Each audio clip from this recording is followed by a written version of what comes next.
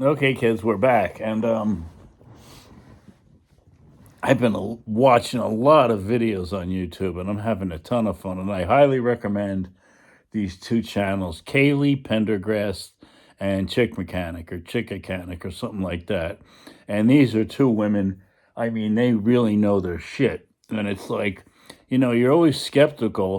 I'm not skeptical about a woman doing it. I'm skeptical about a kid doing it. And Kaylee's I guess she's probably in her mid to late 20s. I can't judge ages anymore, and the Chickacanic is older. But when I saw Kaylee trying to start an LS motor on an engine stand, and she had a piece of wood under the battery on a concrete floor, I was sold because immediately that tells you she knows what she's doing. Because if you put a battery on a concrete floor, the concrete will literally suck all the juice out of it. So, and these two girls, they know their shit. I can't stop watching their videos because they're so talented, so smart, and they have hands that goes with it. Because a lot of guys that I worked, they had it up here, but they could never get it here, never get it here. So I'm going to share a couple of stories that I learned in the School of Hard Knocks, and this is only for the serious gearheads because I know that everybody on my channel is a total serious gearhead.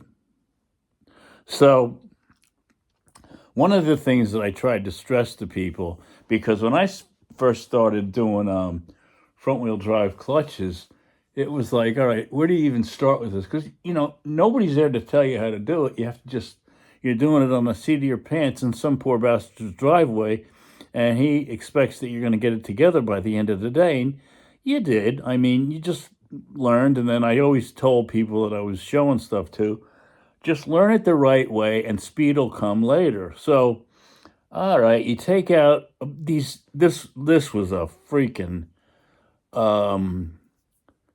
windfall, front wheel drive transmissions and the Jap things, because these things you could spin on your finger like a basketball compared with the Americans.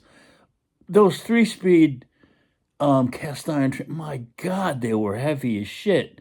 So if you put a 3-speed manual on your chest and slid underneath it with this transmission on your chest, it was heavy to get that thing back into the pilot bearing. I mean, but these front wheel drive Jap rigs were awesome. You could just lift it right out the top. So another thing, okay, that's what I was leading to. So front wheel drive transmissions, and a lot of people don't know this, but there's two axle shafts that go in. So you have to pop the axle shafts out, cut the bottom cut the bottom ball joints off, and let it swing out on the struts, and then you have enough room to get the transmission out. Of course, you have to disconnect the linkage and everything. So you get the transmission out, you put it on the ground, and there's spider gears in there. And spider gears in a standard differential will never drop because there's a pinion gear and a crown that's holding them in place. But in the front wheel drive transmissions, the only thing that's holding them in place is the axle shafts. So if those spiders drop in there, you're fucked. Completely fucked, because you got to take the whole transmission apart, and that's going to take a long time. So what I tell people to do is just slide a big long screwdriver through the spiders, and they always did drop a little bit. But once the screwdriver's in there, you could get the spider up with your finger and put it into place, and then get the other spider into gear. Because once you got one axle shaft in, the other spider 90% of the time wouldn't drop, and then you got the transmission already in there, so you can feel the spider with the other axle shaft, and you just pop it in. So that was something that you learn. And then another thing, so you're putting pilot bearing in the transmission, which is basically a brass bushing, right? So not a lot of people replace these, because when I did it, I did everything. I cut the flywheel, double cut them, OEM pressure plate, clutch, and throw-up bearing, and a pilot bearing. So, a lot of guys look at the pilot, oh, I'm not fucking with that, it's in the crankshaft. No, it's not a big deal. So if you don't have a slap hammer, which a slap hammer will pop it right out, it's all simple. Just take some wheel bearing grease, put it in the hole of the pilot bearing, and take a dowel rod that's about the same size as the pilot bearing, and just hit it a couple of times with a Swiss watch adjusting tool. It comes right out. And then all you have to do is take the old pilot bearing and put the new pilot bearing in with a couple of light taps from the Swiss watch adjuster, and then use the old pilot bearing to just push the new pilot bearing in. And now you got a job that's done perfectly. You put everything new in it. It generally won't come back to bite you in the ass, but as I let everybody know in the automotive industry, never say never. And then, of course, you have the customers that, like Johnny McGovern comes down to the shop one day, and he wants struts in his Corolla wagon, right? So he comes in and he goes, "Can you put struts in this?" "Oh, yeah, come back next Saturday, we'll put struts in it." "So, how much is it?" So I get him a price, and everything. So he goes out. He comes back in, and the McGovern long face. My wife says I can get it done cheaper at Sears. Go to fucking Sears, man. I wouldn't let Sears work on my car on a bet. So I was going out with Barbara.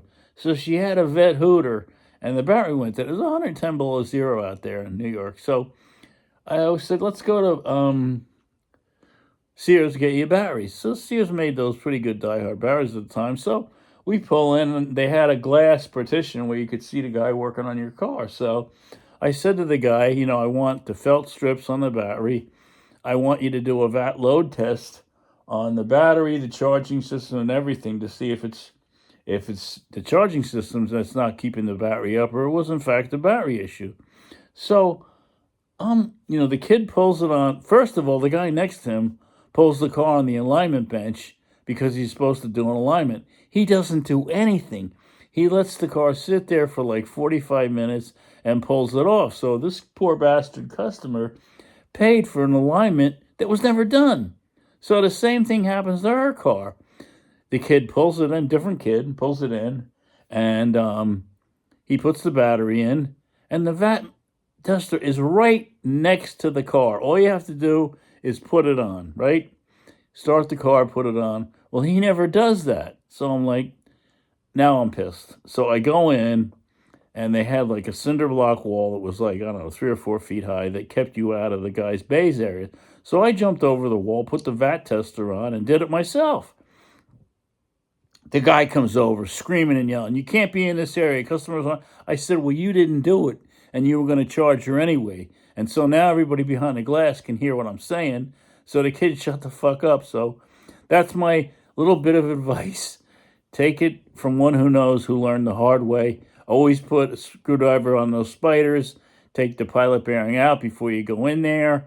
And I don't know what else I can tell you, but if anything comes to mind, don't worry, I'll make sure I post a video. So again, like and subscribe.